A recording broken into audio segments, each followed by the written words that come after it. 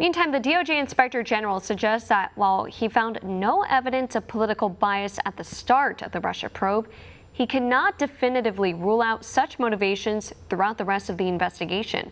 One America's Marty Golingan has the details. The Justice Department Inspector General wavers on the key issue of whether there was political bias on the part of the FBI when they opened the investigation into President Trump's 2016 campaign dubbed Crossfire Hurricane. During Wednesday's judiciary hearing, Inspector General Michael Horowitz spoke out on the report's findings that political bias did not affect the probe.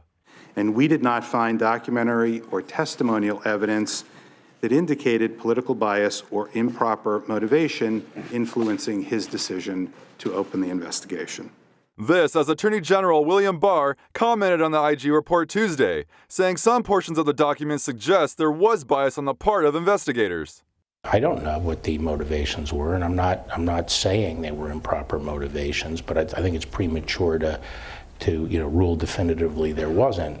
But as the hearing wore on, Horowitz revealed that while there was no hard evidence of anti-Trump bias at the opening of the investigation, he admitted during the probe the FISA process was possibly tainted by prejudice.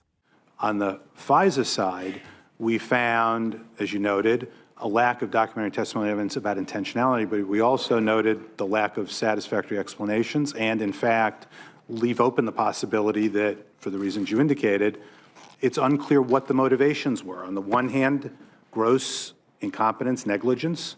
On the other hand, intentionality, and where in between, we weren't in a position to, with the evidence we had, to make that conclusion. My point is, I'm not ruling it out. Your lack of evidence here is not evidence that there was no bias.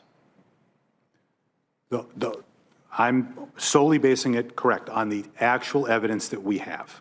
This appears to reinforce AG Barr's assertion about the probe that there was bias regarding the use of the FISA surveillance application of Trump campaign officials. It was clear that the dossier was a sham. So what happens? What happens at that point? They don't tell the court, and they continue to get FISA warrants based on that dossier. And more damning is that they actually filed with the court a statement saying, we talked to the subsource and we found him credible and cooperative. And they put that in to bolster when the subsource had actually said what he was being truthful about is that the dossier was garbage. There was nothing, yeah. So it's hard to look at this stuff and just very quickly, not think that it was a gross abuse. Senators from both sides of the aisle on the Judiciary Committee suggested a systematic overhaul of the FISA process, and now want to bring in FBI Director Christopher Wray for a hearing on how to fix the abuses found in the Inspector General's report. Marty Golingan, One America News. Want to see more videos like this? Click on the link below and subscribe to One America News on YouTube, and call your cable provider and kindly demand that One America News is added to your lineup.